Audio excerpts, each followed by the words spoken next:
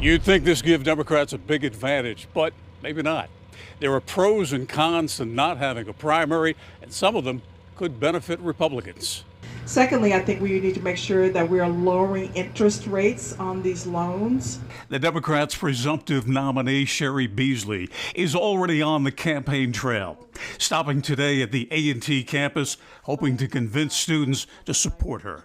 So I'm excited to be here with you all today to have this constructive conversation about the things you care deeply about. While Beasley campaigns, Republicans attack one another at a debate this past weekend.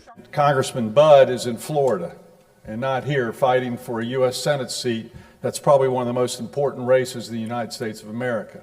Republicans are also spending money on TV, trying to narrow the field of candidates down to one. Find someone who loves you as much as Pat McCrory loves liberals. Beasley, meantime, continues to lead all candidates in fundraising for the fall race. I think in this particular situation, it is probably not an enormous advantage for Beasley. But despite the apparent advantages, UNCG political scientist David Holian says the lack of a primary can actually hurt Democrats. If I'm a candidate, it'd be nice to have a debate before the one or two or however many debates that are going to be held over the course of the general election. Beasley's first debate will likely come against the winner of the GOP primary, who by then may have several debates under their belt.